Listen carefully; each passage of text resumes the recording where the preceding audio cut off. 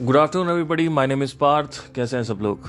और ऑब्वियसली मेरा नाम पार्थ है तो जानते ही हैं आप लोग, उसमें क्या करना। मतलब बता क्यों रहा हूँ, मुझे समझ नहीं आया मैं। एनीवे, सो सी डिज़ायर डिज़ायर डिज़ायर मैं हमेशा बोलता रहता हूँ, और सारा जो अध्यात्म का एसेंस है अगर आप देखेंगे तो it's all about you know softening the desire. अभी डिज़ायर बहुत हार्ड हो रखा है आपके अंदर और पकड़ के बैठे हुए हो। So I also always talk about, हमेशा मैं ये बात करता हूँ कि डिज़ायर को हल्का करो, हल्का करो, हल्का करो। और डिज़ायर के पीछे पड़ा क्यों हुआ हूँ मैं? और डिज़ायर तो अच्छी चीज़ है, ये तो बड़ी बढ़िया चीज़ होती है, तो इसको क्यों हम वाई इट इज़ मैं पीछे क्यों पड़ता हूँ डिज़ायर के? या अगर आप देखोगे भगवत गीता में या शास्त्रों में इसका वर्णन क्यों है कि जो हमारी कामनाएं होती हैं, जो हमारी आकांक्षाएं होती हैं, अपेक्षाएं होती हैं, इसका क्या रोल है और इसके पीछे ही क्यों पढ़ना है? तो बड़ी खूबसूरत चीज़ है, तो इसके पीछे क्यों पढ़ना है और क्यों इसके ऊपर अटैक किया जाता है इतना? तो इस पे हम बात करेंगे। Let's start. देखिए, डिज़ायर को बताने से पहले मैं एक कहानी शेयर करना चाहता हूँ। आज से कुछ टाइम पहले जब मैं 17 साल का था तो मेरे अंदर आप सभी की तरह एक डिज़ायर था। वो डिज़ायर ये था कि मुझे एक लड़की चाहिए जो मेरे से सच्चा प्यार करे। और टू बी रियली ऑनेस्ट, हर आदमी को मानसिक सपोर्ट चाहिए होता है, इमोशनल सपोर्ट, साथ ही साथ फिजिकल सपोर्ट। मेरे केस में फिजिकल इतना स्ट्रांग नहीं था, क्योंकि मुझे ये चाहिए था कि मुझे सच्चा प्यार चाहिए, और भले ही वो मेरे साथ सेक्स करे ना करे वो उसका प्रॉब्लम नहीं है, पर मेरे को प्यार करे, मेरे साथ बैठे, कोई मेरे से बात करे। जैसा कि अगर आप पहले कहानियों में मेरे सुन चुके हैं कि मैं काफ़ी अकेले में रहता था और बहुत अकेलापन फील करता था और प्रॉब्लम होती थी। तो सॉरी, मेरे नेक में बहुत तेज पेन है, एक मिनट मुझे माफ करिएगा। या सो तो सच्चा प्यार चाहिए था, तो ढूंढने निकल चले। जब मैं निकला ढूंढने तो मेरी कई बंदियों से मुलाकात हुई, और मेरी ज़िंदगी में, मेरे जीवन में बहुत सुंदर सुंदर लड़कियां आई हैं। टू बी रियली ऑनेस्ट, मतलब आपके पैरों तले ज़मीन खिसक जाएगी। आप कहोगे कि हाउ इतनी सुंदर लड़की कैसे इम्प्रेस कर ली या पटा ली, जो भी है। मेरा ध्यान ही वहीं जाता था, मैं क्या करूं। मुझे ये सिस्टम, छोटा मोटा सिस्टम समझ में नहीं आता। मुझे बड़ा हाथ मारने का शौक है, और जब भी आप बड़ा हाथ मारोगे वहां पे there is a high probability कि लाखों लोग बड़ा हाथ मार रहे हैं, तो डिमांड बहुत है उस चेहरे की, उस लड़की की। तो अब होता क्या है कि there is a high probability कि वो आपको धोखा देगी। तो कई लोग बोलते हैं ना, खूबसूरत लोग ज्यादा जल्दी धोखा देते हैं, वो इसी वजह से है, क्योंकि जब आप सुंदर हो तो आपके पीछे लाइन भी बहुत ज्यादा है, और जब लाइन बहुत ज्यादा है और हल्का से यहां कुछ नेगेटिव हुआ तो पीछे बंदे खड़े ही हुए हैं, बस डीएम्स में रिप्लाई करना है, इंस्टाग्राम पे हाय बोलना है, और पहले ही लड़कियां चेक कर लेती हैं प्रोफाइल पे क्या लिखा हुआ है।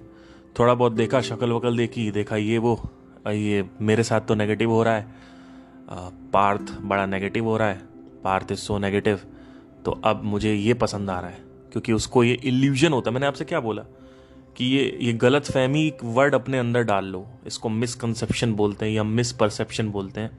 ये वर्ड अपने अंदर जितना गहरा डाल सकते हो उतना गहरा डाल लो। ये जो वर्ड है माया, इसी को गलत फहमी बोलते हैं। मुझे पार्थ के साथ नेगेटिव फील हो रहा है, तो सामने वाला जो डीएम आ रहा है वो हो सकता है पॉजिटिव है और मेरी इतनी केयर कर रहा है, मेरे को ऐसा दिखा रहा है, तो मैं इस नेगेटिविटी से निकलना चाहती हूँ और 6 महीने की पॉजिटिविटी में जाना चाहती हूँ। वाई 6 महीने? क्योंकि शुरू के 6 महीने में आदमी अपना 100% दे रहा होता है। शुरू के 6 महीने में आदमी अपनी पर्सनालिटी नहीं दिखा रहा होता है। शुरू के 6 महीने में आदमी सिर्फ आपकी कामनाएं, आपकी वासनाएं, आपके डिजायर के बारे में सोच रहा होता है, आपकी छोटी छोटी चीजों का ख्याल रखता है वो। आप जब बिस्तर से नीचे उतरोगी तो आपके नीचे मखमल की चप्पलें रख देगा, और आप नहाने जाओगी तो आपके लिए तौलिया पहले ही रखी होगी। आप नहा के बाहर निकलोगी तो आपके लिए हेयर ड्रायर और ये सब रेडी होगा। आपके लिए हर आदमी टाइम पे रहेगा। नीचे कार पे या बाइक पे पहले ही सब कुछ साफ कर रखा है। आदमी नीचे गया और लड़की नीचे आई और आप खड़े हो बाइक पे, और आप बढ़िया, उसको पता है कि सब कुछ रेडी है, टॉप है। उसको पता होगा कि आपको कौन सा रेस्टोरेंट पसंद है, उसको पता होगा कि आपको खाने में क्या पसंद है, उसको पता होगा। तो हर चीज़ आपके हिसाब से चल रही होगी। ये 6 महीने तक चलता है, ये 6 महीने तक चलता है। एक बार 6 महीने क्रॉस हुआ, जहां बिस्तर गर्म हुआ 10-12 बार, once it crosses and becomes a chakravyuh. चक्रव्यूह मतलब क्या? Repetitive loop. Once anything becomes a repetitive loop which is called चक्रव्यूह, अब आदमी की रियल पर्सनैलिटी सामने आती। तो मेरे साथ क्या था, मैं शुरू से बड़े हाथ में एक्सपर्ट था, और बड़ा हाथ यानी सुंदर लड़की जो है वो आकर्षित सबको करती है, तो मेरे को भी किया। तो मेरे साथ ये था कि हमेशा से मेरे पास स्किल्स नहीं है बात करने की, और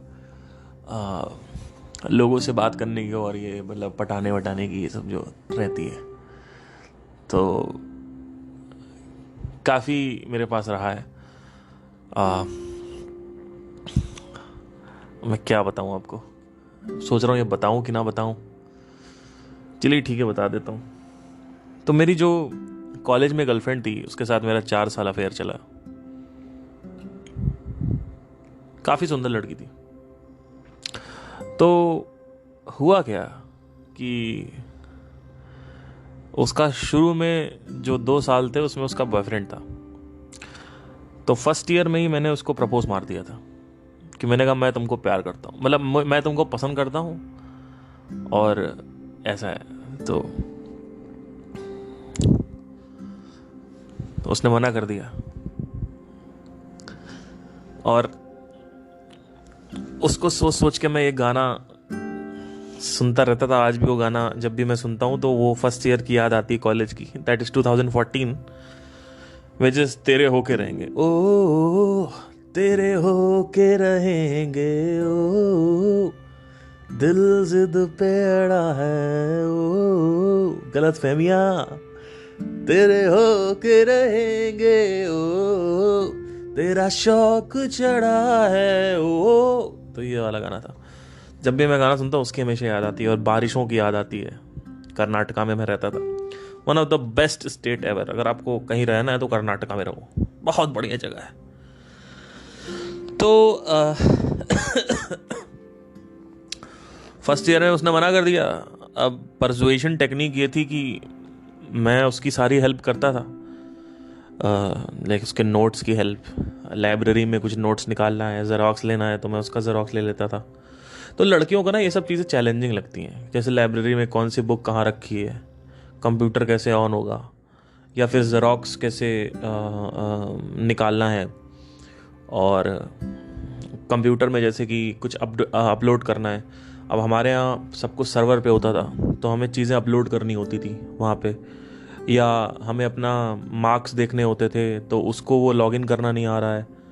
तो ये सब चलते चलते मेरा उसके साथ काफ़ी मतलब हेल्प करता था मैं उसकी। फिर नोट्स वगैरह में दिक्कतें होती थी, तो मैं अपने नोट्स दे देता था उसको, ठीक है, या उससे कभी भी ले। तो इस तरीके की चीज़ें होती रहती थी। तो धीरे धीरे काफ़ी हेल्प करी। मतलब जैसे कभी शुरू में तो उसने मना कर दिया, लेकिन जब कुछ टाइम हो गया, सेकेंड ईयर तक आ गए, तो वो बाइक पे मैं जाता था कॉलेज अपने। मैंने एक बाइक खरीद रखी थी, सेकेंड हैंड अपाची बाइक थी मेरी। तो वो जब भी मैं जाता था, तो मैं फर्स्ट ईयर में तो उसने मना किया, मतलब कि मतलब शुरू के 6 महीने में तो उसने मना किया कि मैं नहीं चलूंगी तुम्हारे साथ बाइक पे, बट 7वें महीने से अब दोस्ती अच्छी हो गई। तो जब भी मैं बाइक से जाता उसको हॉस्टल में रुकता, उसके हॉस्टल पर, और उसको बैठा था और हम लोग फिर साथ में बाइक पे जाते और बाइक में खड़ी करता। फिर अपनी बिल्डिंग थी, इंटरैक्ट बिल्डिंग बोलते थे उसको, वहाँ पे 4th फ्लोर पे या 3rd फ्लोर पे हमारी क्लासेस होती थी। हम वहाँ जाते थे, बैठते थे, और क्योंकि मेरा रोल नंबर उसका रोल नंबर आसपास में था तो हम बैठते थे, बात बात करते थे। और फिर जब शाम को उतरते थे तो अब धीरे धीरे क्या हुआ कि हमारे जो क्लास में बंदे थे मैक्सिमम साउथ इंडियंस थे, नॉर्थ इंडियंस जो थे वो कुछ 2-3-4 थे। तो हम दोनों इसलिए साथ में बैठते थे, तो हम लोग मतलब दोस्ती वोस्ती हो गई थी। तो परसुएशन ऐसा था कि उसको पता था कि फर्स्ट ईयर में ही हैज़ प्रपोज्ड मी, तो ऑब्वियसली लड़की को तो पता रहता है। तो एक दिन की बात है, वो बोलती मैं आपको राखी बांधना चाहती हूँ। मैंने कहा भाई, तो she started crying and she told me that कि मेरे को राखी बंधवाने वाला कोई नहीं है, राखी बंधवाने वाला कोई नहीं है। मैंने कहा देखो ऐसा है, तुम मेरे को फ्रेंडशिप बैंड बांध लो या मेरे से बोल दो कि तुम बात मत करो, लेकिन मैं राखी नहीं बनवाऊंगा, चल लिखवा के रख लो मेरे से। तो बहुत तेज रोने लगी कि मेरा कोई भाई नहीं है यहाँ पे, मैं किसको राखी बांधूं। मैंने कहा भाई तो यार मेरे को क्यों बांधो, क्लास में और भी लड़के उनको बांध दो, क्या दिक्कत है, मेरे को क्यों राखी बांध रहे हो भाई। तो जब तुम जानती हो कि मैं तुमको प्रपोज कर चुका हूँ 4-5 महीने पहले, तो तुम क्यों राखी बांध रही हो भाई मेरे को।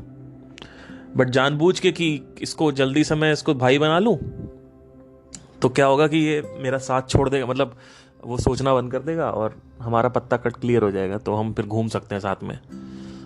तो वो थोड़ा सा घूमने से इतराती थी बिकॉज उसका बॉयफ्रेंड था और कहीं ना कहीं उसको लगता था कि ज़्यादा इसके साथ नहीं घूमना चाहिए, पार्थ के साथ। तो धीरे धीरे करते करते 2nd ईयर हुआ। अब क्या हुआ, मैं रोज़ हेल्प करूं। अब जो बंदा था बॉयफ्रेंड हमारा, मतलब जो उसका, हमारा नहीं उसका उसका जो बॉयफ्रेंड था वो रहता था आउटर सिटी में। अब मैं रहता हूं रोज सामने, वो रहता है, वो मिल रहा है महीने 4 महीने में एक बार, वो आता था 4-5 महीने में एक बार मिलके चला जाता था। अब बताइए पलड़ा किसका भारी होता जा रहा है जी धीरे धीरे। पलड़ा मेरा जबकि उसका रिलेशन 4-5 साल का है, लेकिन पलड़ा मेरा भारी हो रहा है। क्यों? क्योंकि मैं 24 घंटे उसके साथ हूं। धीरे धीरे करते करते करते करते आप विश्वास नहीं करेंगे, एक दिन क्या हुआ कि हम बैठे हुए थे लाइब्रेरी में और इसकी और इसके बॉयफ्रेंड की बहुत लड़ाइयाँ होती थी। तो हो पता नहीं क्यों होती थी, कि पता नहीं, वो धीरे धीरे, जैसे मैंने बताया ना कि शुरू के 6 महीने में सब सही होता है, उसके बाद फिर वही चीज़ चल रही थी। तो मैं बैठा हुआ था, मैं उसको कंसोल कर रहा था। अब मैं इतना कमीना इंसान हूं, आप विश्वास नहीं करेंगे। ये दोनों लड़ाई करते थे और मैं कॉन्फ्रेंस पे इन लोगों को रोज मिलवाता था। तो इससे जो लड़का था बॉयफ्रेंड, उसको भी शक नहीं होता था, और जो लड़की थी उसको भी शक नहीं होता था। तो क्या शक नहीं होता था कि ये तो मेरे पीछे पड़ा ही नहीं है, ये तो हमें मिलवाना चाहता है। तो जब भी उसका बॉयफ्रेंड से लड़ाई होती थी, वो मेरे को कॉल करता था, उसका बॉयफ्रेंड, और गर्लफ्रेंड जो है, मतलब जो उसकी गर्लफ्रेंड है यानी मेरी जो फ्रेंड है, वो मेरे से बोलती थी कि देखो ये ऐसे बोल रहा है, ऐसे कर रहा है, ऐसे कर रहा है, वैसे कर रहा है। तो अब हुआ क्या, धीरे धीरे मुझे पता था कि ये किस डायरेक्शन में जाने वाला है, क्योंकि जितना ज़्यादा आप आप हेल्प करोगे, उतना ही ज़्यादा जितना आप अपनी सेल्फ सेंटर्डनेस कम रखोगे, उतना ही आदमी आपसे आकर्षित होता है। तो रोज लड़ाई हो, रोज मैं कॉन्फ्रेंस में मिलवाऊं एंड ऑल दैट, सब कुछ होता था। एक दिन की बात है, तो मैं हॉस्टल गया इसके, ये बैठ के रो रही थी, और तो ये क्या करती थी, जंगल भाग जाती थी। मतलब जंगल, मतलब वहां पे आसपास जंगल्स होते थे बहुत, तो वो अंदर वहाँ घने जंगलों में जाके बीच में बैठ जाती थी, रोती रहती थी। तो एक बार क्या हुआ कि मैं हॉस्टल के सामने आया और मैंने देखा कि शी इज़ नॉट देयर। तो मैं अपना बाइक वाइक लिया और मैं सीधा वही जंगल क्या, मतलब लाइक वहाँ पेड़ ज़्यादा कंडेंस थे और उसके आगे से जंगल स्टार्ट होता था। तो वहाँ पे जाके she was crying and all that, तो बैठी हुई रो रही है एंड ऑल दैट। तो मैंने कहा क्यों रो रही हो, कह रही है कि यार ये ऐसा ऐसा हो गया, वो हो गया, फिर इसने ऐसा कर दिया, ये कर दिया, वो कर दिया। एंड बोलते बोलते शी हग्ड मी। मैंने कहा ये क्या हो गया भाई। आज मुझे याद है उसने ब्लू टी शर्ट पहन रखी थी। एंड अब मेरे अंदर से लड्डू फूटने लगे, क्योंकि लड्डू तो थे ही कहीं ना कहीं, अब फूटेंगे ही वो। तो क्या हुआ कि शी हग्ड मी, फिर चले गए, फिर कुछ बात नहीं करी हमने। फिर उसके 2-3-4 दिन बाद she again like she told me कि तुम मेरी इतनी हेल्प क्यों करते हो, ये वो। अब फाइनली वो जो 2 साल का कुआं था वो भर गया, और वो कुएं से पानी बाहर आने लगा, क्योंकि इतना मैंने कुआं भर दिया था कि कुएं से पानी बाहर आने लगा था। और इसको बोलते हैं परसुएशन। तो क्या हुआ, धीरे धीरे वो मेरे साइड आने लगी, और फाइनली हमारा फिर अफेयर स्टार्ट हो गया। फिर एक पॉइंट आया जहाँ पे मैं पूरे दिन उसके साथ था, वो मेरे साथ थी, हम घूम रहे थे और सब कुछ बढ़िया चल रहा था। तो 1-1.5 साल 2 साल तक हम, मतलब 1-1.5 साल, तो हाँ 2 साल तक समझ लो कि बहुत बढ़िया रिलेशन चला, और सब कुछ मुझे मिला जो मुझे चाहिए था। उसके अब ये कहानी अलग मोड़ ले लेती है, वो टॉपिक से डिविएट, जल्दी से मैं खत्म करके वापस टॉपिक पे आता हूँ। 2 साल के बाद उस लड़के ने मेरे को, जब उसके बॉयफ्रेंड को पता चला कि मेरे साथ अफेयर चल रहा है, तो उसने मेरे को एक बहुत बड़ा सेंटेंस बोला था कि तुम्हारे साथ भी यही होगा, और बहुत गुस्से में बोला था उसने। मैंने कहा हाँ चलो आगे बढ़ो। अब इधर मेरा मेडिटेशन भी चलता रहता था, और बाकी साउंड ऑफ साइलेंस और ये सब जो है, ये सब चलता रहता था साइड में। मैं किसी से शेयर नहीं करता था, क्योंकि मुझे पता था ये सब बेवकूफ़ है, ये सब इसको गाली वाली बकेंगे, कहेंगे साधु वाधु है ये सब। तो मैं बोलता नहीं हूँ कुछ ये सब को, और मैं ये रिकमेंड करूँगा कि आप भी ना बोलें, क्योंकि कोई समझेगा नहीं और गाली अलग मिलेगी आपको। तो मुझे उसने बोला कि पार्थ तुम पछताओगे और तुम्हारे साथ भी यही होगा, और उसने बहुत इंटेंसिफाई होके बोला था। कट टू 2019, एग्जैक्टली वही हुआ जो उसने बोला था। मैंने उसकी बंदी चुराई, ऑल्दो उन दोनों का खुद एक कॉन्फ्लिक्ट था, बट उसको अंदर से बुरा लग रहा था। मैंने उसकी बंदी चुराई, और मेरी बंदी कोई और चुरा के ले गया, ठीक है। और ये 2019 की बात है, जब मेरी बंदी को कोई दूसरा बंदा, मतलब ये दूसरी बंदी थी, जब ले गया था, तो मेरे को पता चला कि यार ये तो मेरे साथ कर्मा, एक तरीके का कर्मा खेल गया मेरे साथ। ऑल्दो ये कार्मिक एक ही चीज़ हुई है जो हुई है, but I don't believe in Karma, because मुझे ऐसा लगता है कि अगर कर्मा वापस आता है तो बहुत सारे नेता अभिनेता गलत काम करते हैं और उनको कोई रिवर्ट नहीं मिलता है। तो मुझे नहीं लगता कि कर्मा ऐसे काम करता है। It never hits you back, but हाँ ये है कि समटाइम्स इट डस। सो मेरी कोई गलती भी नहीं थी, बट एनीवे, ये सब कुछ होने के बाद मुझे फील हुआ, ये 2 अफेयर्स मेरे थे जहां मुझे फील हुआ कि सच्चा प्यार क्या होता है, जो भी सच्चा प्यार आप लोग सोचते हो। अब टॉपिक ये है कि वासना यानी जो डिजायर है, इसके पीछे क्यों इतना पागल है लोग, और इसके पीछे मैं क्यों, why do I attack on this thing.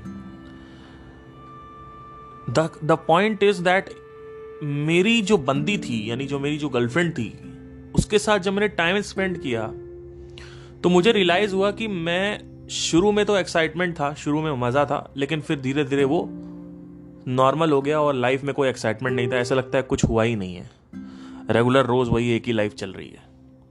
So there is no excitement, there is no surprising element, there is no fun, because fun कहाँ क्या करोगे आप, सब कुछ तो आप कर चुके हो, तो फन क्या है। मैंने आपसे क्या बोला जब हम किसी भी डिजायर को सोचते हैं कि हमें ये चाहिए, और जब उसका कंप्लीशन हो जाता है या अचीवमेंट हो जाता है, तो वो रिपीट पे चला जाता है रोज, और एक सर्टेन पीरियड ऑफ टाइम के बाद, जो कि 3 से 6 महीने के बीच में होता है, depending on the sophistication of the gadget. अगर लैपटॉप है तो 1 महीना, अगर लड़की है तो 6 से 9 महीने। With in 6 to 9 months, in this case मैं लड़कियों का एग्जाम्पल ले रहा हूं, विद इन 6 to 9 months सब कुछ रिपीट पे चला जाता है। सब कुछ, चाहे वो सेक्सुअल पोजीशन हो, चाहे वो कोई भी सेक्सुअल डिजायर हो, किसी भी तरीके का ट्रैवल डिजायर हो टुगेदर। क्योंकि कई लोगों को ये होता है कि मेरी एक गर्लफ्रेंड हो, मैं उसको अपनी बाइक पे बैठाऊं और हम लोग माउंटेन्स में घूमें, हम लोग बीचेस में घूमें, हम लोग यहां जाएं, हम लोग वहां जाएं, वो मेरा हाथ पकड़े, मैं उसका हाथ पकड़ूं, उसके बाल पीछे से उड़ रहे हैं, मेरी बाइक चल रही है 120 पे, मेरी बाइक 120 पे चल रही है, उसके बाल पीछे उड़ रहे हैं, और हम लोग टिकटॉक इंस्टाग्राम बना रहे हैं, फिर हम लोग मेहंदी वाले हाथ दिखा रहे हैं, और 12वीं क्लास की फोटो दिखाई, फिर ग्रेजुएशन की दिखाई, फिर शादी की दिखाई, फिर बच्चे की दिखाई, और पूरा का पूरा कॉम्पिलेशन दिखाया हमने इंस्टाग्राम पे, और फाइनली हमने दुनिया को यह बता दिया कि हम सबसे ज्यादा सुखी हैं, क्योंकि हमारी 5वीं की भी फोटो है, 6ठी की फोटो है, फिर 10वीं की फोटो है, फिर 12वीं की फोटो है, फिर ग्रेजुएशन की फोटो है, फिर पोस्ट ग्रेजुएशन की फोटो है, फिर शादी की फोटो है, फिर फाइनली एक बच्चे की फोटो है। और ये सारी फोटो को हम कंपाइल करके इंस्टाग्राम पे डालते हैं और सामने वाले के अंदर ये भ्रम क्रिएट करते हैं कि ये सुख है। आज मैं आपको बताना चाहता हूं, अपने लाइफ के एक्सपीरियंस के साथ जाओ, ये सब इंस्टाग्राम देखना बंद कर दो, पिक्चरें देखना बंद कर दो। There is no Kabir Singh and Preeti, I am telling you.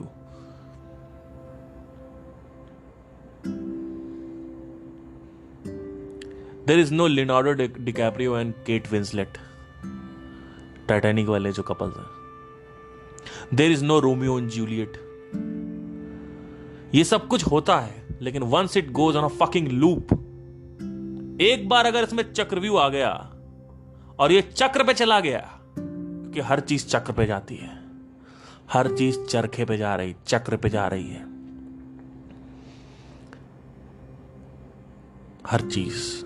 और जैसे ही वो जाती है, the moment it goes in a fucking loop, गया जिंदगी झंड, सरप्राइज खत्म। That's what I am trying to tell. ये चीज को क्लैरिफाई करना और रियलाइज करना बहुत जरूरी है।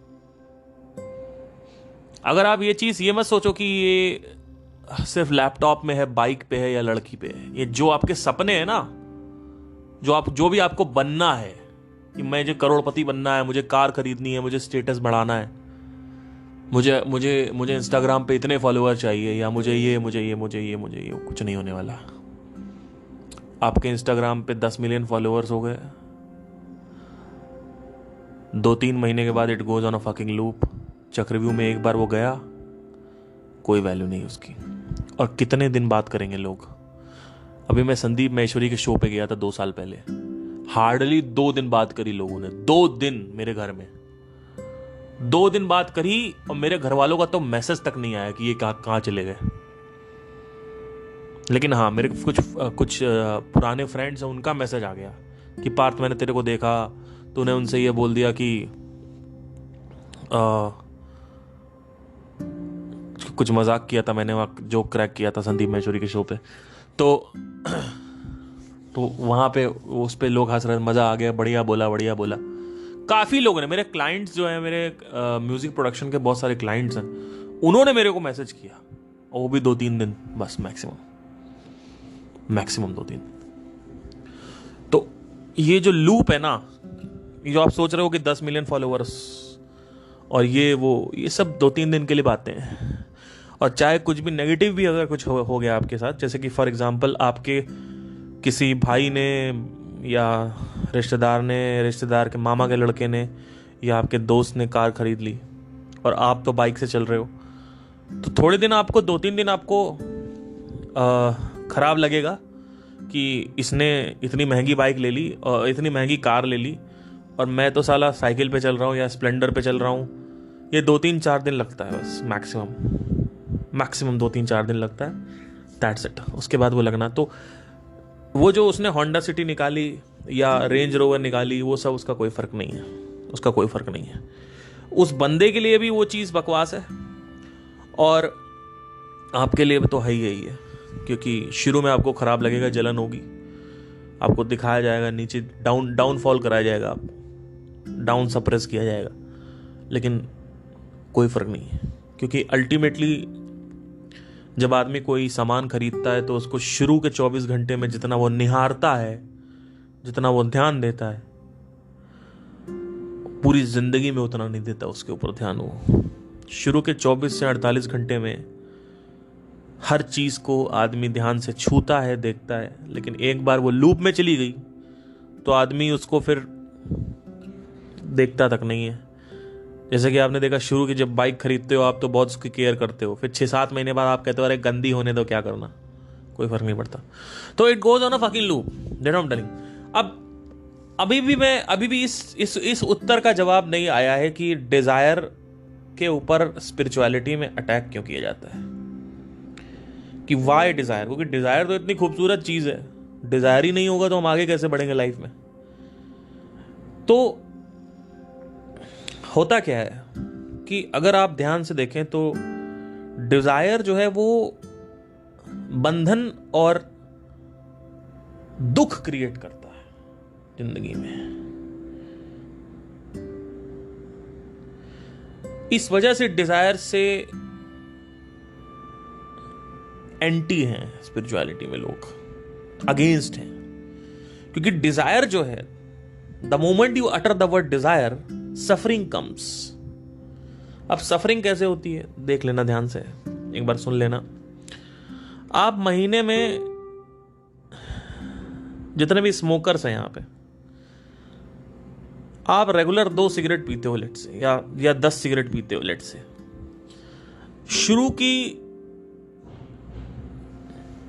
जब आप सिगरेट पीते हो तो होता क्या है कि हर एक 10 सिगरेट में इक्वल मजा नहीं आता। तो कितना मजा आता है? 10 में से कोई एक सिगरेट में थोड़ा बहुत मजा आ गया, या महीने की कुछ 6-7 सिगरेट ऐसी होती है जिसमें मजा आता आपको, लेकिन फिर भी आप रोज 10 पीते हो। क्यों? क्योंकि आप बंधित हो, आप बंधन में मुक्त हो, बंधन में ग्रसित हो। चाहे सिगरेट में मजा आए चाहे ना आए, आपको सिगरेट पीनी है। तो डिजायर क्या करता है, आपको अटैच कर लेता है अपने साथ, लेकिन प्लेजर नहीं देता। प्लेजर तो वो सिर्फ 3-4 महीने देगा, उसके बाद वो प्लेजर नहीं देता, बीच बीच में प्लेजर देता रहता है। जैसे फॉर एग्जाम्पल, जब आप किसी लड़की से प्यार करते हो तो शुरू के 6-7 महीने में बड़ा मज़ा आता है। उसके बाद फिर क्या होता है कि जब आप देखते हो कि 10 से 12 महीने के बाद आप उसको छोड़ भी नहीं पाओगे और आपको उसके साथ एक्साइटिंग भी फील नहीं हो रहा है। छोड़ इसलिए नहीं पा रहे हो आप, इसका लॉजिकल रीज़न ये है क्योंकि आप मोहग्रसित हो, यानी अटैच्ड हो उससे। अटैचमेंट का मतलब प्लेजर नहीं होता है। आप चिपके रहोगे, आप बंधे रहोगे, लेकिन प्लेजर नहीं मिलेगा। या तो डिजायर आपको बांध देता है। जब बोलते हैं मुक्ति, तो हम डिजायर से मुक्ति की बात कर रहे हैं। मोक्ष का मतलब ही है कि आप you are free from all kinds of desire. So desire is the root cause of suffering. This is why we attacked on desire, because ultimately all the chaotic problems and the suffering are coming from the desire itself. So what is the reason behind attacking the desire? यही reason है कि आपको suffering होती है और साथ ही साथ आप अटैच तो हो जाते हो, लेकिन प्लेजर नहीं मिलता आपको। जैसे आप बच्चे पैदा कर लेते हो प्लेजर के लिए कि बच्चा खिलाएंगे, उसकी आंखें मेरे जैसे होंगी, नाक मेरे जैसा होगा। शुरू के 3 महीने तो बच्चा आप खिलाते हो, लेकिन उसके बाद जिम्मेदारियां इतनी आ जाती हैं, आप बच्चा छोड़ भी नहीं सकते, अपनी औरत को नहीं छोड़ सकते, अपने बच्चे को नहीं छोड़ सकते। पर आपकी जिंदगी में कोई एक्साइटमेंट भी नहीं है, कोई मजा भी नहीं है, आपकी लाइफ छोड़ भी नहीं पाओगे आप, और मजा भी नहीं है। अब पकड़ा इसलिए था क्योंकि मजा चाहिए था, पकड़ा इसलिए था क्योंकि आनंद चाहिए था, प्लेजर चाहिए था, मजा चाहिए था, सुकून चाहिए था, जो भी सोचा आपने। लेकिन अब छोड़ नहीं पा रहे हो और प्लेजर भी नहीं है। समझ रहे हो मैं क्या कह रहा हूं? इट इज लाइक कि एक जेल है, उसके अंदर खाना रखा हुआ है और आप खाना खा रहे हो और जेल बंद हो गई। अब जेल कभी खुल नहीं सकती, तो आपने कहा चलो भाड़ में जाए, जेल खुले ना खुले क्या फ़र्क पड़ता है, खाना तो मिल रहा है। लेकिन आप देखोगे जैसे आप खाना खाओगे आपकी भूख नहीं मिट रही है।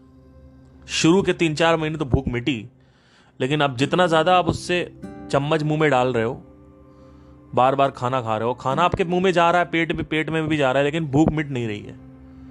तो दाल चावल रखा हुआ है जेल के अंदर, अब आप जेल से बाहर भी नहीं निकल सकते, और वो दाल चावल आपकी भूख भी नहीं मिटा रहा है, और आप खा भी रहे हो, बीच बीच में कभी कभी थोड़ा बहुत मिटा देता है, तो आप थोड़ा बहुत काम चल जाता है आपका। साल 2 साल में 1-2 बार ट्रैवल करने चले गए, घूमने चले गए, मज़ा आ गया। लेकिन हर ट्रैवल में मज़ा नहीं आएगा, हर डेट पे मज़ा नहीं आएगा, हर सेक्स पे मज़ा नहीं आएगा, हर किस पे मज़ा नहीं आएगा, हर बच्चे पर मज़ा नहीं आएगा। ये मत सोचो कि रोज आप सुबह उठोगे, अपनी वाइफ को देखोगे, अपने बच्चों को देखोगे, हाँ मजा आ रहा है। साल में 4-5 बार होता है ये, 4-5 बार मैक्स साल में, वो भी कि आप किसी दिन उठे, आपने अपने बच्चों को देखना, अपनी बीवी को देखा, आपको उस दिन इतना अच्छा लग रहा है, इसकी कोई हद नहीं। प्रॉब्लम क्या है सारा का सारा कि ये आपको जेल के अंदर बंद कर लेगा ये डिजायर, और उसके बाद आपको कैद कर लेगा। आपको आप छोड़ ही नहीं सकते। आप कैसे छोड़ोगे? अपने बीवी बच्चों को छोड़ दोगे क्या? आप नहीं छोड़ सकते हो, आप छोड़ भी नहीं पाओगे, आपको मजा, ऐसे सिगरेट के साथ भी आप सिगरेट छोड़ भी नहीं पाओगे, लेकिन सिगरेट में आपको मजा भी नहीं आ रहा है। हाँ, बीच बीच में कुछ सिगरेटें आती हैं, उसमें मजा आ जाता है कि आज की सिगरेट बहुत अच्छी थी, आज की दारू बहुत अच्छी थी। हर दारू में आपको मजा नहीं आएगा। तो चक्कर सारे का सारा ये है कि ये डिजायर जो है ये एक ट्रैप है, ये बंधन है, और सारा का सारा जो स्पिरिचुअलिटी का क्रक्स है वो डिजायर को फीबल करना है, यानी कमजोर करना है जो आपके माइंड पर। तो अब क्या करना, क्या डिजायर को छोड़ दें? डिजायर को छोड़ना नहीं होता है, डिजायर को अपने अंदर मत बसाओ। जैसे आपकी मुट्ठी है ना, वो मुट्ठी ऐसी बंद करो कि मुट्ठी खोल सको आप। अभी लोगों को अरिजीत सिंह बनना है, सोनू निगम बनना है, शाहरुख खान बनना है, तो ये बनना ठीक है, लेकिन तुम मुट्ठी खोल पाओगे क्या? तुम छोड़ सकते हो? Can you let go? क्योंकि अगर आपके अंदर ये नहीं है ना कि आप you can leave all your properties, all your bungalows, और all your luxury life, you can leave all your relations, possessions, can you leave it? क्या आप मुट्ठी खोल सकते हो? मुट्ठी बंद करना प्रॉब्लम नहीं है, मुट्ठी खोल पा रहे हो या नहीं प्रॉब्लम है, ये प्रॉब्लम है। मुट्ठी बंद करना प्रॉब्लम नहीं है कि आपने एक डिजायर को मुट्ठी में रखा और बंद कर लिया, वो प्रॉब्लम नहीं है कि आपने मुट्ठी क्यों बंद करी। नहीं, मुट्ठी नहीं बंद करनी है, मुट्ठी को खोलना नहीं है, बंद नहीं करना, वो उससे मतलब नहीं है। मुट्ठी आप खोल पा रहे हो जब चाहो तब। क्या आपके अंदर ये हैसियत है? क्या आपके अंदर ये पोटेंशियल है? क्या आपके अंदर ये औकात है कि आप जब चाहो तब मुट्ठी खोल सकते हो? क्योंकि लाइफ ऐसे ही काम करती है, जीवन ऐसे ही काम करता है। जीवन में कुछ भी फिक्स्ड नहीं है, सर्टन नहीं है कि यही होगा। जीवन में अप एंड डाउन चलता रहता है, तो आपको भी जीवन की ट्यूनिंग के साथ मैच करना है अपने ट्यून को। जैसे गिटार ट्यून करते हैं हम, जब हम गिटार ट्यून करते हैं तो एक पर्टिकुलर फ्रीक्वेंसी पे ट्यून करते हैं हम, हर एक तार को एक पर्टिकुलर फ्रीक्वेंसी या नोट पे हम ट्यून करते हैं। वैसे ही आपको भी अपने सोच को जीवन की जो ट्यून है उसके साथ मैच करना होता है।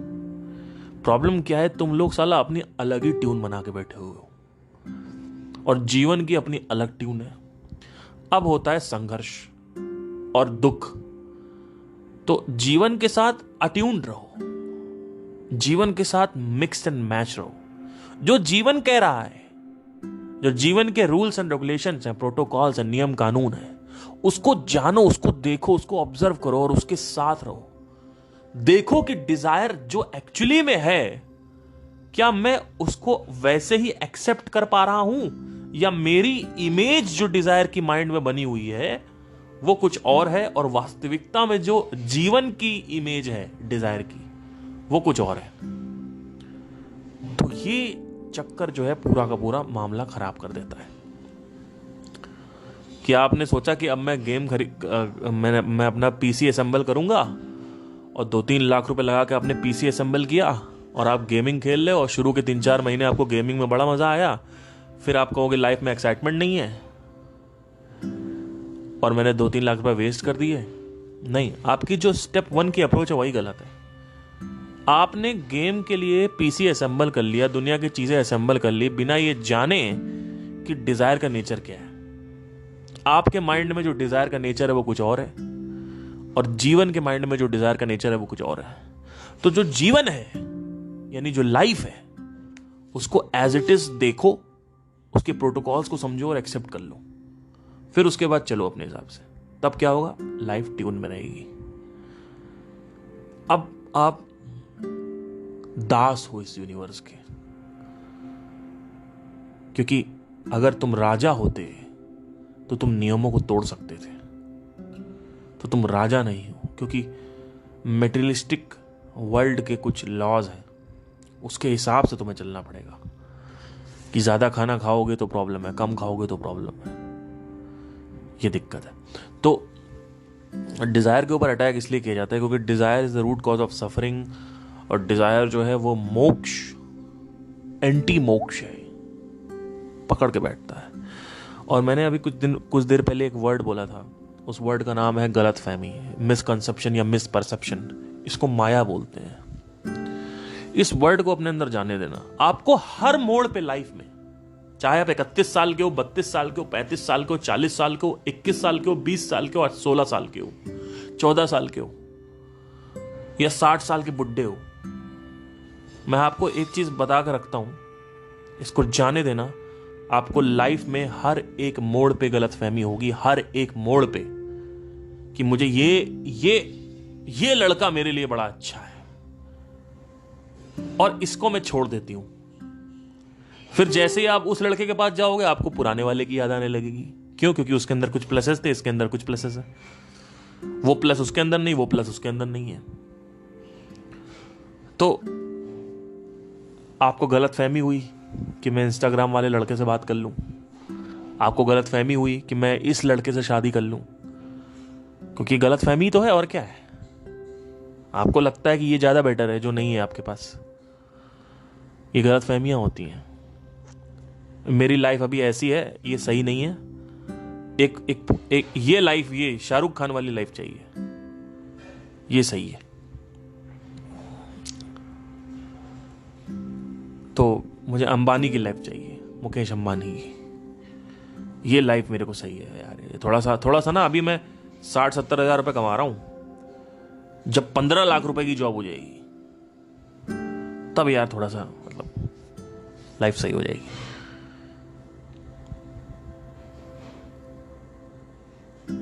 उस कंफर्ट का तुम करोगे क्या? कंफर्ट क्या करता है? आपने अपनी स्प्लेंडर छोड़ के मर्सिडीज खरीद ली,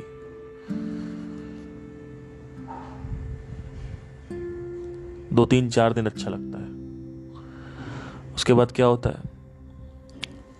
क्योंकि कंफर्ट की आदत तुम्हें ज्यादा पड़ गई है तो तुम मोटे हो जाओगे, जॉइंट में दर्द, मसल स्टिफनेस, कोई एंडोर्फिन नहीं, कोई ऑक्सीटोसिन नहीं, कुछ नहीं माइंड में। क्योंकि जब आदमी लग्जरी में चला जाता है तो वो मोटा होने लगता है और उसको लगता है कि मैं दुनिया के ऐशो आराम खरीद लूं, लेकिन रहते तो तुम शरीर में ही हो ना भाई। शरीर रहता है कार में, कार रहती है तुम्हारे महंगे गैराज में, गैराज तुम्हारे महंगे घर में रहता है, घर तुम्हारे महंगे शहर में रहता है, शहर तुम्हारे एक बढ़िया स्विट्जरलैंड में रहता है, लेकिन तुम कहां रहते हो? तुम तो शरीर में रहते हो ना। तुम्हें क्या सेंसेशन फील होगी? भले ही कितना भी अच्छा बाहर सब कुछ अच्छा हो, मकान अच्छा हो, घर अच्छा हो, गैरेज अच्छा हो, बीवी अच्छी हो, सब कुछ अच्छा हो, एटमॉस्फेयर अच्छा हो, हवा अच्छा हो, पानी अच्छा हो, लेकिन तुम्हें सेंसेशन कहां की मिलेगी? तुम्हें सेंसेशन शरीर की मिलेगी, क्योंकि तुम्हारा नर्वस सिस्टम शरीर से कनेक्टेड है। शरीर का नर्वस सिस्टम बाहर से कनेक्टेड नहीं है, तुम्हारा नर्वस सिस्टम शरीर से कनेक्टेड है। तो तुम्हारी सेंसेशन कहां से आ रही है? तुम्हारी सेंसेशन आ रही है जॉइंट से, मसल से। ये जो फील गुड सेंसेशन है, ये जो feel good, so called feel good sensation है ना, ये माइंड को इल्यूजन होता है। वही मैंने बताया ना, हर जगह आपको ये वर्ड मिलेगा, इल्यूजन। इसको मिसकंसेप्शन बोलते हैं, या इल्यूजन सही वर्ड होगा, डिल्यूजन बोलते हैं, हेलुसिनेशन भी कह सकते हो उसको, लेकिन इल्यूजन वर्ड सही होगा। माइंड को इल्यूजन होता है कि मैं ना अपने आसपास सारी चीजें कंफर्ट कर लेता हूं तो मैं भी कंफर्टेबल हो जाऊंगा, जबकि आपके अंदर कोई फिटनेस ही नहीं है। तो आप क्या एंजॉय, वेल्थ को आप एंजॉय नहीं कर पाओगे।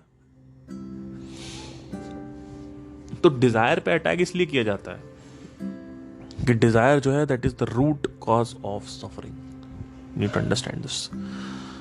That is, it doesn't mean कि you should leave the desire. It means that do you have the aukat to let it go. अब ये औकात कॉन्शियसली नहीं आती है। ये जो पावर है वो कॉन्शियसली अफर्मेशन देने से नहीं आएगी कि मुझे कुछ नहीं चाहिए, मुझे कुछ नहीं चाहिए, मुझे कुछ नहीं चाहिए, मुझे कुछ नहीं चाहिए, मुझे कुछ नहीं चाहिए, मुझे कुछ, ऐसा नहीं होता। ऐसा नहीं होता है। ये एक बहुत ही गलत अप्रोच है। कई लोग सोचते हैं कि मेरे पॉडकास्ट सुन लेंगे तो वो छोड़, नहीं। डिजायर को छोड़ने के लिए सिर्फ एक ही तरीका है, वो है आपको डिजायर से अपने आप को ऊपर उठाना है। जिस दिन तुम्हें यह समझ में आ जाएगा कि डिजायर एक रेत के कण की तरह है, उस दिन तुम डिजायर से ऊपर उठ जाओगे। ना कि अपने डिजायर से, सोसाइटी का भी डिजायर है, उसका प्रेशर है तुम्हारे ऊपर। हमारे पास सिर्फ अपने डिजायर नहीं है, बहुत बड़ी गलतफहमी है लोगों को। सोसाइटी के भी डिजायर है हमारे पास।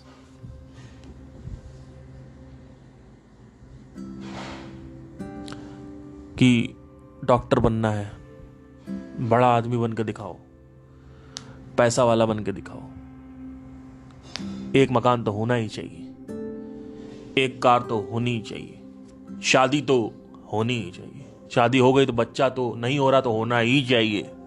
ये क्या है? पैसा तो होना ही चाहिए, रुतबा तो होना ही चाहिए, रिस्पेक्ट तो होनी ही चाहिए, रेपुटेशन तो होनी ही चाहिए। ये कहां से प्रेशर आ रहा है? और ये सब नहीं हुआ तो पूरी सोसाइटी तुमको नीचा दिखाएगी। ये देख चूतिया जा रहा है। सच में यही वर्ड है, सॉरी फॉर दिस, बट देखो वो जा रहा है चूतिया। वो देखो माँ बाप क्या सपने देखे थे, माँ बाप ने सब बर्बाद कर दिए। वो देखो कुछ कर ही नहीं पाया, या मतलब कर भी नहीं पाया तो अपने लिए वो कर रहा है। हो सकता है वो 1 लाख रुपए कमा रहा है या 2 लाख रुपए कमा रहा है, अपना बढ़िया, कोई दिक्कत नहीं है, लेकिन सरकारी नौकरी नहीं लेगी। या ये कौन सा काम है? ये कौन सा काम कर रहे हो भाई? ये कोई काम होता है गाना वाना? ये क्या काम कर रहे हो? ये गाना बजाना कोई काम है?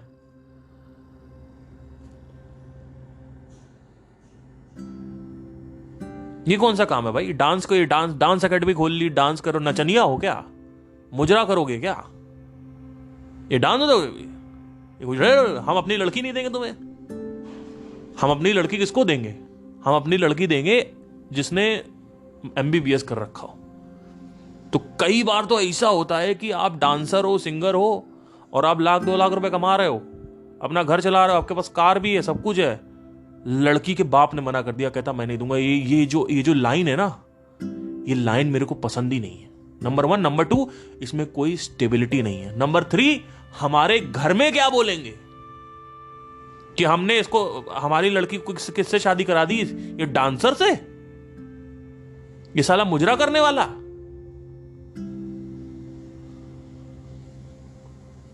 कई बार ऐसा होता है कि आपकी गर्लफ्रेंड आपको छोड़ देती है इसी चक्कर से।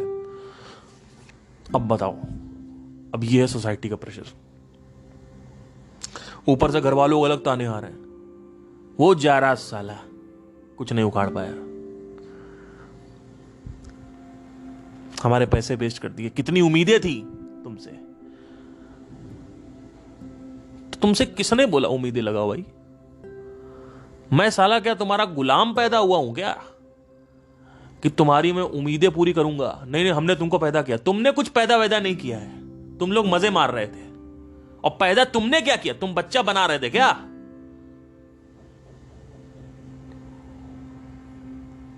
नहीं नहीं, हमने खाना तो खाया जब तुम्हारी माँ जब तुम्हारी माँ प्रेग्नेंट थी तो उसको हम खाना खिलाते थे, तो खाना खाया तो मजा नहीं आता था क्या? खाना खाने में स्पेशली प्रेगनेंसी में तो और मजा आता है। हमने आइसक्रीम खिलाई, आइसक्रीम तो वो हमारी आइसक्रीम भाई मम्मी ने खाई आइसक्रीम, ठीक है, लेकिन मम्मी को मजा भी तो आया। तो क्या आइसक्रीम क्या सिर्फ हमारे लिए खाई गई थी क्या?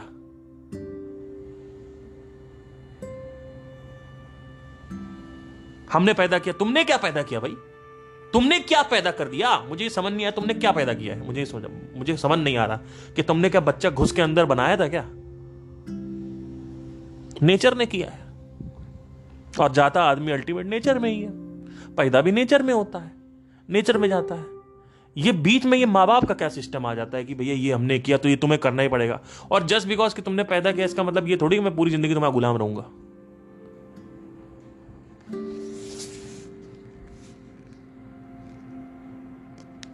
तो अगर आप मेरी नजर से देखोगे, जब इस चरण पे आ जाओगे तो दुनिया में कोई बदलाव नहीं है।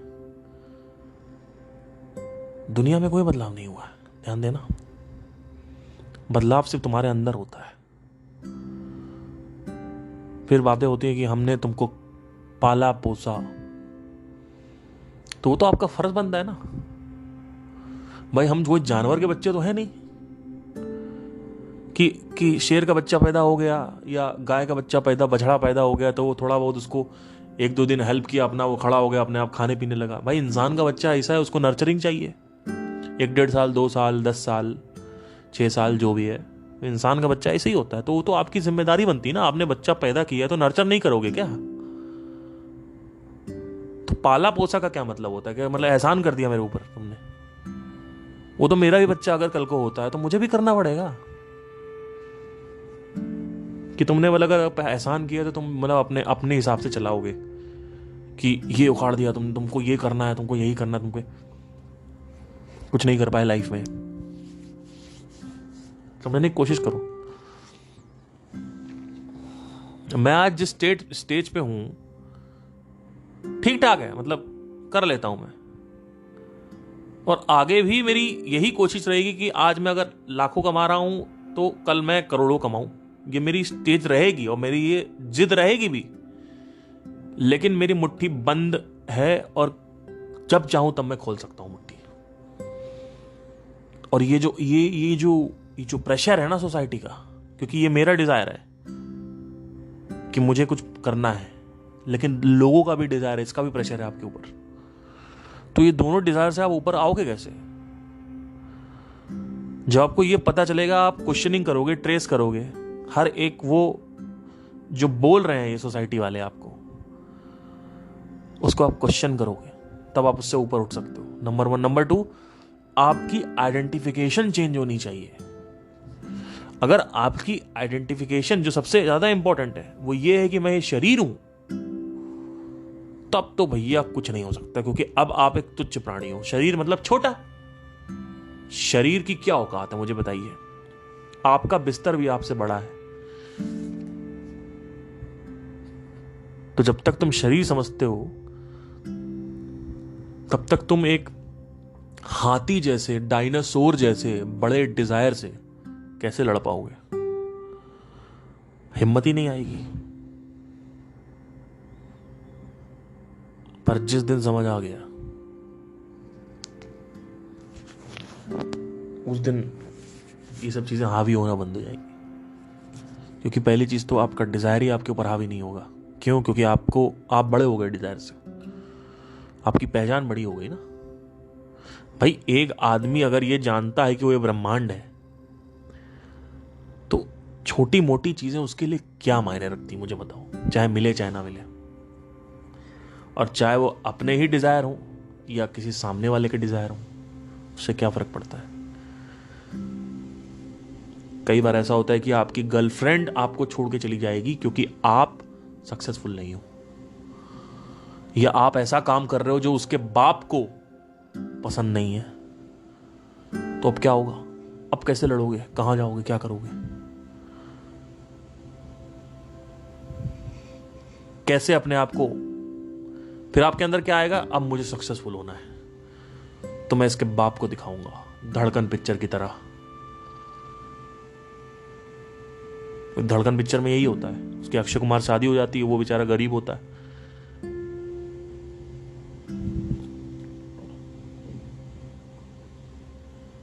किस चीज के पीछे तुम अमीर हो रहे हो? वो लड़की पाने के पीछे या बाप को दिखाने के पीछे? फिर एक गलत फहमी आ गई तुम्हारे अंदर कि वो बाप को मैं दिखाऊंगा, सोसाइटी को दिखाऊंगा, मैं इतना बड़ा हो जाऊंगा, सोसाइटी को दिखाऊंगा, सोसाइटी की गांठ फाड़ दूंगा, मैं ये कर दूंगा, वो कर। क्या है भाई ये सब गलत फहमियां। 2-3-4 दिन मैक्स,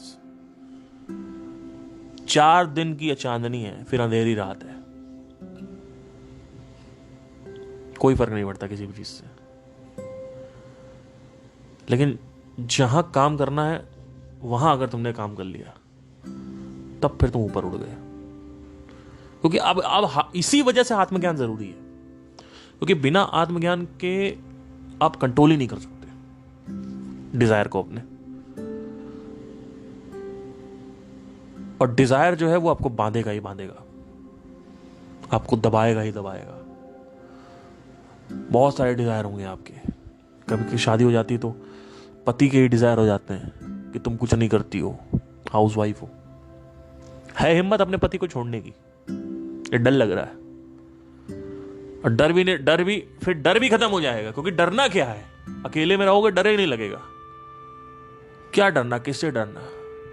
भूत प्रेत आ जाएगा, आ जाए, मर जाएंगे, मर जाए, चाहे जियो चाहे मरो, उससे क्या फर्क पड़ता है? मेरे एग्जिस्टेंस पर उसका कोई फर्क नहीं है। और जी के करना ही क्या है? करोगे क्या? ये गलत फहमियां पाल ली है, ये कहा वो दिखाना, तो मौत का डर भी खत्म हो जाता है। खत्म, मौत का डर निकल गया।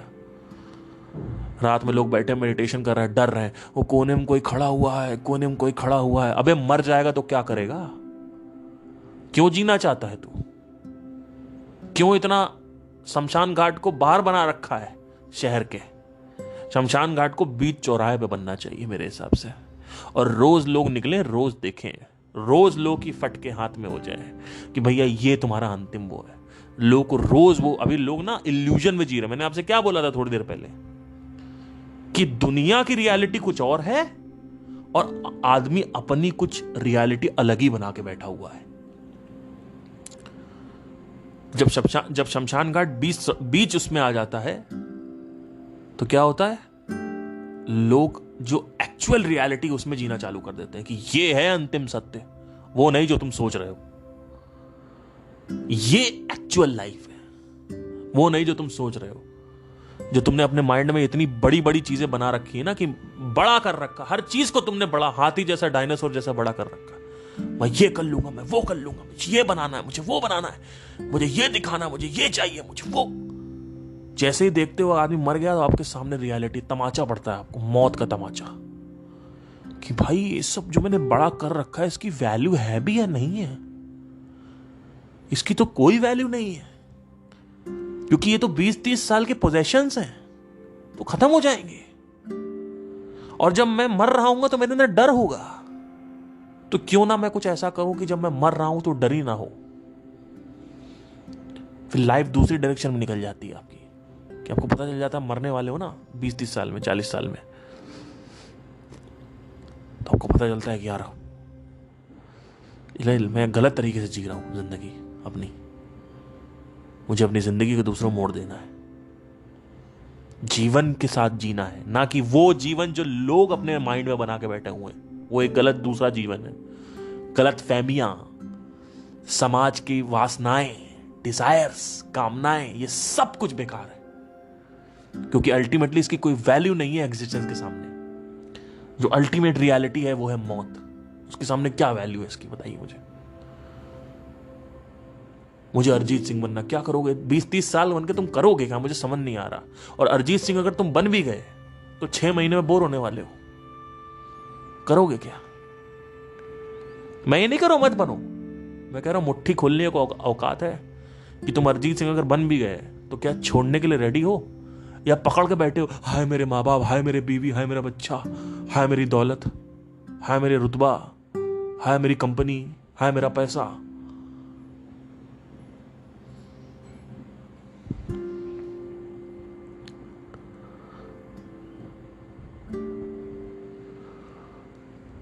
पकड़ के बैठे हो क्या? मुट्ठी खोलो भैया, मुट्ठी मारो मत मुट्ठी खोलो। खुल नहीं सकती बिना बिना ये जाने कि तुम हो कौन, खोल ही नहीं पाओगे तुम। जिस दिन तुम समझ गए तुम कौन हो, उस दिन फिर तुम ये एक्चुअली हावी नहीं होता है धीरे। ये जो समाज के वासनाएं है ना, ये हावी नहीं होती आपके ऊपर। आपको लगता है लोग वही वैसे ही रहेंगे, लोग ताने तब भी देंगे लेकिन आप हंसोगे, फिर आपका एक इंडिविजुअल एग्जिस्टेंस हो जाएगा। अभी आपका एग्जिस्टेंस डिपेंडेंट है, को डिपेंडेंट है अपनी बीवी पे, बच्चों पे, दोस्तों पे। अभी कोई इंडिविजुअल एग्जिस्टेंस नहीं है। अभी आपको जरूरत पड़ती है लोगों की। आपको लगता है ये है तो मैं हूं, नहीं नहीं नहीं, ये चाहे है चाहे नहीं है तब भी मैं हूं। फिर आप जंगल में अकेले घूम रहे होगे, पेड़ों को देख रहे होगे, हवा को देख रहे होगे, चिड़िया की चहचहाट देख रहे होगे। वहां सब कुछ आपको अपनत्व में लगेगा, अपना लगेगा। ये मेरा है, ये मैं हूं।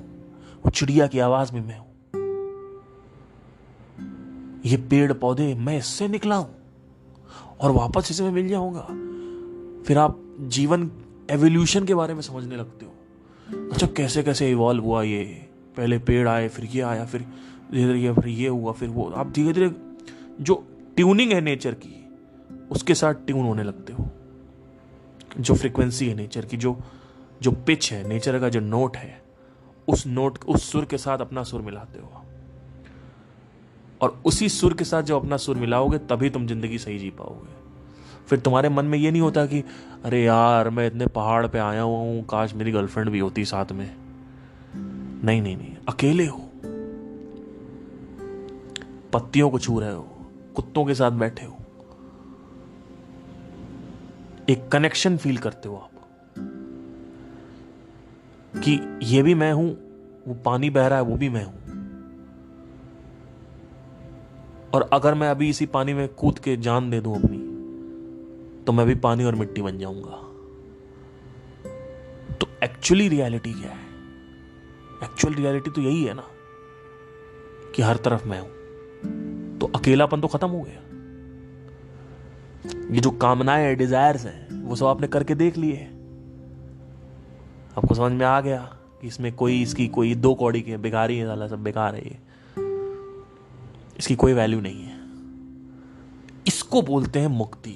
धीरे धीरे मुक्त होने लगोगे। कहां मुक्ति? ये नहीं है कि आप बैठ गए महासमाधि ले ली, वो मुक्ति नहीं। मैं उस मुक्ति की बात नहीं कर रहा हूं, क्योंकि वहां भी कैसे छोड़ोगे? बेवकूफ लोग हैं, वो कुंडलिनी अवेक करते हैं, फिर वहां से वो भैया तुम्हारे अंदर जब तक डिजायर है ना, तब तक तुम्हें मुक्ति नहीं मिलती। चाहे तुम महासमाधि लो, चाहे निर्विकल्प समाधि लो, कुछ भी तुम्हें करना, जो कुछ नहीं होने वाला। इसलिए कृष्णमूर्ति इंटेलेक्चुअली सब कुछ काटने की कोशिश करते थे, पर डिजायर को काटना चाहते हैं। तो spirituality attacks on desire, because desire creates suffering and bondage, and this bondage. हाँ ठीक है, जाओ जाओ जाओ। कितने बजे आओगी? कितने बजे आओगी कल? ठीक है ठीक है। सॉरी, तो मेरे काम वाली आई हुई थी। एनीवे, तो देखिए, it creates bondage and you cannot be free from this bondage unless and until there is a higher self, there is the understanding of the self, that what is the self, what is the nature, and what is the correlation between the nature and the self and this universe, entire universe. So these understandings has to be clear so that the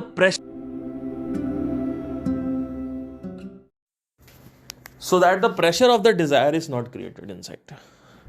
I hope you're understanding. Right now there are two pressure. There is a outside pressure and there is a inside pressure. So this is the entire summary. Okay, the pressure should not be created, and you cannot consciously, to summarize, you cannot consciously think कि मुझे कुछ नहीं चाहिए, मुझे कुछ नहीं चाहिए, मुझे, ऐसे नहीं होता है. धीरे धीरे ये जैसे जैसे ये सोच गहरी होती जाती है. आप लोग करते क्या हो ना, प्रॉब्लम क्या है कि तुम लोग दुनिया की सारी चीज़ें भी खा पी रहे हो. वो क्या है, नेटफ्लिक्स भी देख रहे हो, दुनिया की बातें भी देख रहे हो, ये भी देख रहे हो, वो भी देख रहे हो. आपका वन पॉइंटेड फोकस होना चाहिए.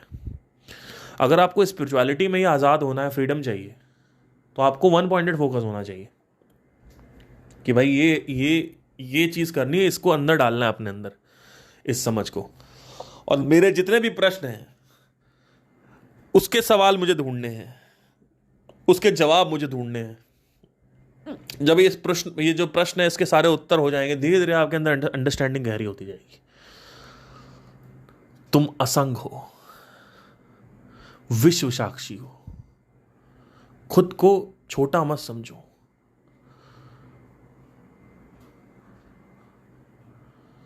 खुद को भिन्न मत समझो. सुखी हो जाओ, सुखी हो जाओ. ये धीरे धीरे अष्टावक्र गीता जो आप पढ़ोगे तो आपको समझ में आएगा. धीरे धीरे ये अंदर जाने लगेगा. फिर आपके ऊपर डिजायर हावी नहीं होंगे. अभी डिजायर आपके अंदर है भी तो भी आपका वो नहीं होगा कि ये परेशान नहीं करते आपको. फिर मैं अलग अलग दिशाओं से थोड़ा बताने की कोशिश कर रहा हूं जिसे समझ में आए. डिजायर होना प्रॉब्लम नहीं है, ये डिजायर परेशान करते हैं. ये आपके खुद के डिजायर हैं. बाहर जो दुनिया के डिजायर हैं, दुनिया की जो कामनाएं हैं, वासनाएं हैं, वो आपको परेशान करती हैं कि ये डॉक्टर बनना है, ये इसको ये करना हो. तो ये सब परेशान करेगा आपको. कई बार ऐसा बहुत सिचुएशंस क्रिएट होंगी जहां पे, जैसे मैंने लड़की के बाप वाला एग्जांपल दिया, जहां पे आपको लगेगा कि साला एक डिजायर की कंप्लीशन ना होने की वजह से मेरा दूसरा डिजायर छीन लिया गया कि क्योंकि मैं एक रेप्यूटेटेड काम नहीं कर रहा हूं, इस वजह से मुझे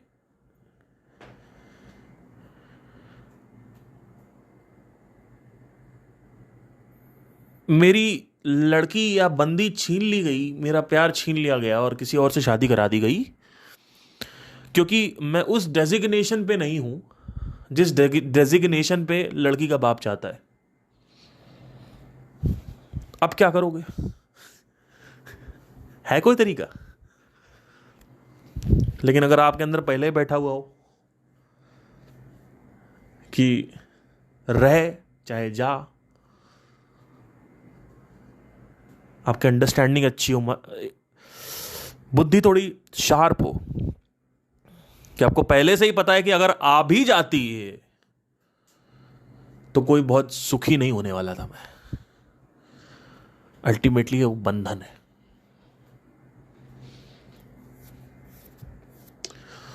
तो पहले से ही अगर आपकी अंडरस्टैंडिंग सही है, फिर आप रिलेशनशिप में जाते हो और शादी नहीं भी होती, तो वो दुख होगा, क्योंकि अटैचमेंट है. दुख ऐसा मत सोचना कि दुख नहीं होगा. कई लोग यही सोच लेते हैं कि अरे कुछ नहीं होने वाला. अरे नहीं है, ऐसा नहीं है, हमको तो बिल्कुल हम पत्थर हो जाएंगे. नहीं नहीं, ऐसा नहीं है. दुख होगा, रोगे भी. हो सकता है रात में तकिया गीली हो जाए. इतना रो कि तकिया ही गीली हो जाए पूरी की पूरी. लेकिन टूट नहीं सकते, कुछ भी अंदर नहीं जाएगा. अंडरस्टैंडिंग अगर सही है तो बाहर निकल आओगे बड़ी जल्दी से. फिर जब बाहर निकल आओगे तो उससे सीख लोगे. जब सीख लोगे तो नेक्स्ट टाइम अगर ये दोबारा हो भी गया तो उतना फर्क नहीं पड़ेगा, क्योंकि it's all about careless formation. तो समाज के जो विचार हैं, जो इच्छाएं हैं, वो भी हावी होती हैं, उस वजह से भी सफरिंग क्रिएट होती है। तो ultimately it's all about suffering. क्योंकि घर वाले इतने खतरनाक हैं आपके कि आपको रोज बोलेंगे कि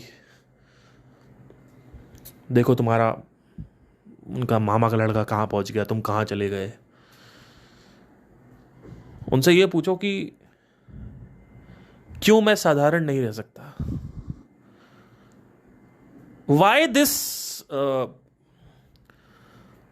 lust of money and reputation, I don't understand. उनसे बोलो सीधा कि तुम लोग असफल आदमी को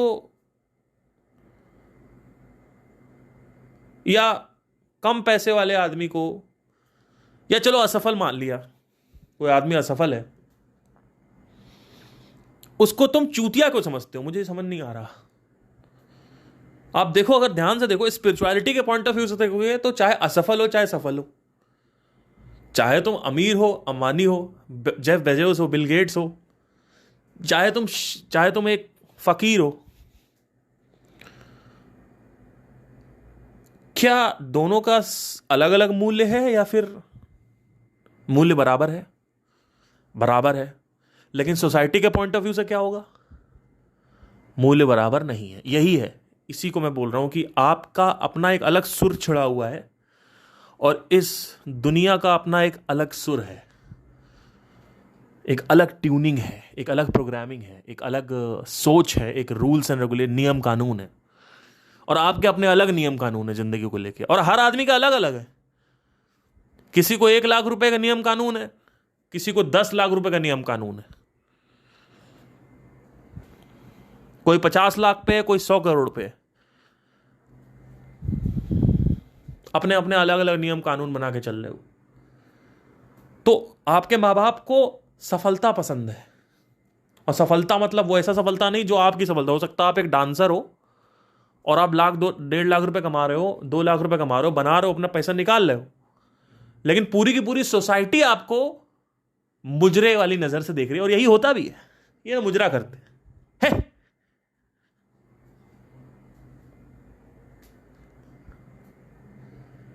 तो आप सफल भी हो, लेकिन आप डिजायर के, उनके समाज के डिजायर के हिसाब से सफल नहीं हो।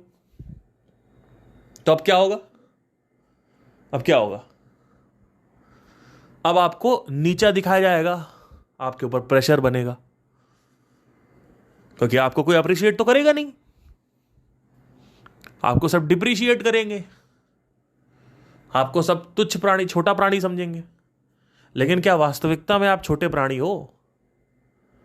जब वास्तविकता आपको पता लगेगी तो फकीर भी बड़ा है और अमीर भी छोटा है। बहुत बड़ी बात है ये लोग का असर ही नहीं होगा, ये लोग बोलते रहेंगे। आप अपना डिस्टेंस मेंटेन कर लोगे, आप अपना शिफ्ट हो जाओगे, दूसरे घर से बाहर निकल जाओगे। आप घर में रहोगे ही नहीं, आप रह ही नहीं सकते इन लोगों के साथ। क्योंकि 1-2 दिन आपने, 4 दिन सुन लिया, बार बार थोड़ी सुनोगे। क्योंकि बार बार अगर आप सुनोगे तो बार बार आपके माइंड पे sir top of the mind बन रहा है, तो आप अलग हो जाओगे। इसलिए मैं एकांत में रहना पसंद करता हूं। अब अगर मेरे घर, अभी दूसरे कमरे में मेरे घर वाले बैठे होते या आपके घर वाले बैठे होते, तो ये सब बातें अगर सुनते हो तो पहली चीज तो हंसते। दूसरी चीज, मैं खुद भी ऐसी बातें नहीं कर सकता उनके सामने, क्योंकि मुझे अनकंफर्टेबल, मैं अपना फोकस ही नहीं कर पाऊंगा। भाई मेरे से नहीं होगा यार, मैं बोल ही नहीं सकता।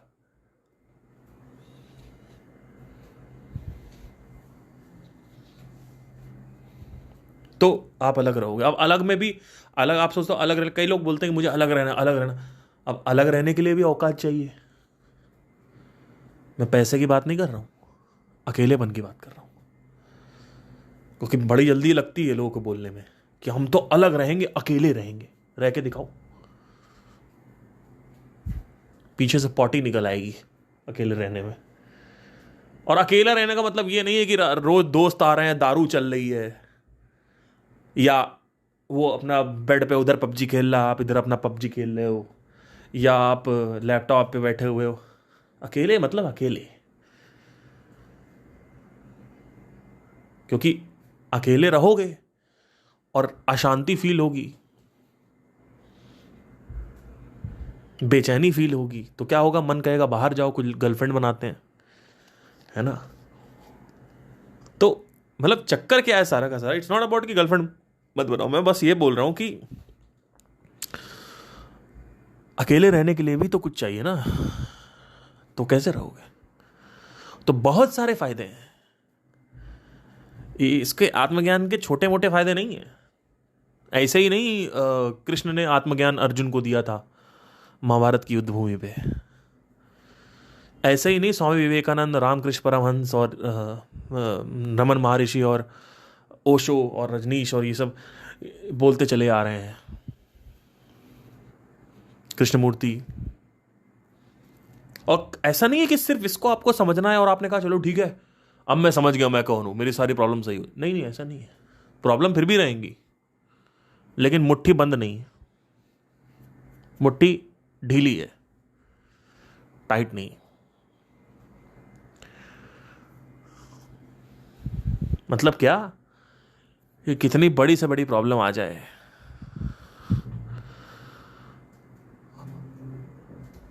हो सकता है आपको जेल जाना पड़े।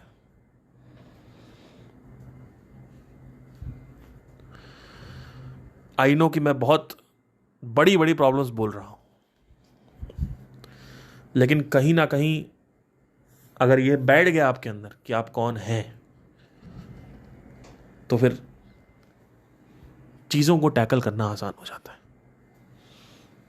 मैक्सिमम लोगों में तो ऐसी इतनी बड़ी कोई प्रॉब्लम आती नहीं है। तो 100-150 साल पहले की बात है कि जंग चल रही थी, तब बहुत दिक्कतें थी, ब्रिटिश का राज था, और उस वक्त भी जब मुगलों का राज था तो बहुत बड़े बड़े दिग्गज हुए, बहुत बड़े बड़े, कबीरदास,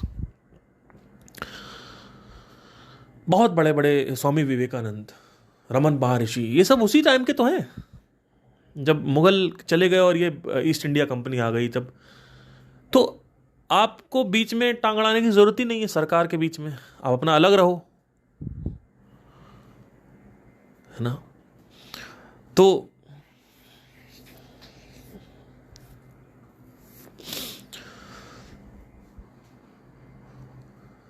कई बार ऐसा हुआ कि मुगल आ गए, औरतों को गुलाम बना लिया और उसके बाद उनके साथ प्रताड़ित किया, उनको शारीरिक प्रताड़ित किया।